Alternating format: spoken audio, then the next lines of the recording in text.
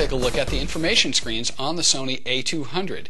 If you turn on none of the information screens, you're going to see, you just see the picture that we took there.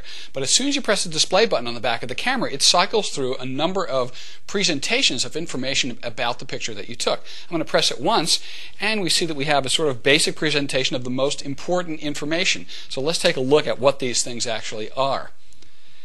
On the top left up here is the file number and the folder number. So it tells you what folder the actual image is in and what number it has been labeled with. On the top right is the amount of compression that's used, or the quality setting, in this case fine, and the size of the image, which is large. And I would suggest that you do leave it on fine and large, buy a nice big card, and take really high quality images, because you will take great photos on one of your shoots and you'll wish they were in large and fine. Bottom right over here we have ISO 1600, of course that's a sensitivity setting, and underneath we have the number of images out of all of the images on the card. So this is the 174th out of 176.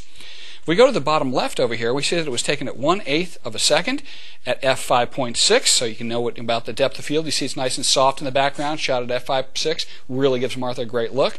And the bottom left, of course, is the date and time that the image was taken. Now if I press the display button again, we get even more information here. Again, the same thing, folder and image number. We also are seeing a little bit of the white peaking of the what we call zebra in the old days, but that tells you what's exactly 100% white in the image. Go to the top, you have the image size again and your compression, but here we have the histograms here. That is the composite histogram of all the darks to all the light, showing the way it was exposed, but also the three primary colors here that compose these together make this one. So these are the separated out colors in the image of this, which is the composite of all these three together. So you can really see if there's a preponderance of bright reds on the right side or dark reds and that kind of thing. Now let's go, we have of course on the bottom again here the 174th out of 176 images, but let's take a look at all this information here. We were in P mode, which is my favorite mode, program auto, 1/8 of a second, f5.6, ISO 1600, as we said before. Our exposure compensation was set to plus 0.7, so personal preference there, but we had it set when we took this picture to 0.7 in a plus mode, so it actually overexposed slightly, gave a nice look there. Here's our metering over here, the multi-segment metering. It's set up, which is a really smart default good way to have the camera in. We shot at 60 millimeters on the lens over there, so it'll record exactly the millimeters that you took it at. And here's our creative control. We have a whole bunch of selections in the camera here where we can go ahead and set up creative styles. This is set on standard right now, so that's pretty much your average setting. We're on auto white balance over here. Here's our digital range optimizer, and we have it on the DR Plus setting over here. That's really a great feature for bringing out those details in the semi-dark areas and sort of changing the way that the histogram works for a nicer effect, and you of course can experiment with that. And there's our date and time again on the bottom.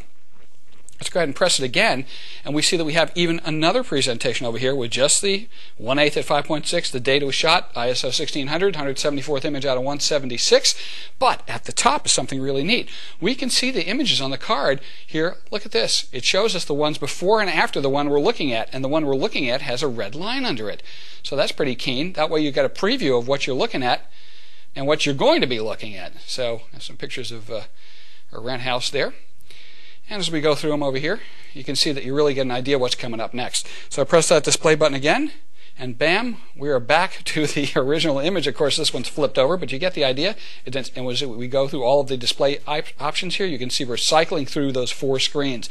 And of course, a pretty good compromise would be this screen here, where you can see where you're going to, and you see the basic information, but you also might choose this one, which is sort of pretty much a standard presentation of the very most vital information. You can still, it's not covering up much of the screen, but you've got the vital information, but you have most of the image where you can see it. So there you go, all the ways that the information can be displayed on the screen with the Sony when you're in the playback mode.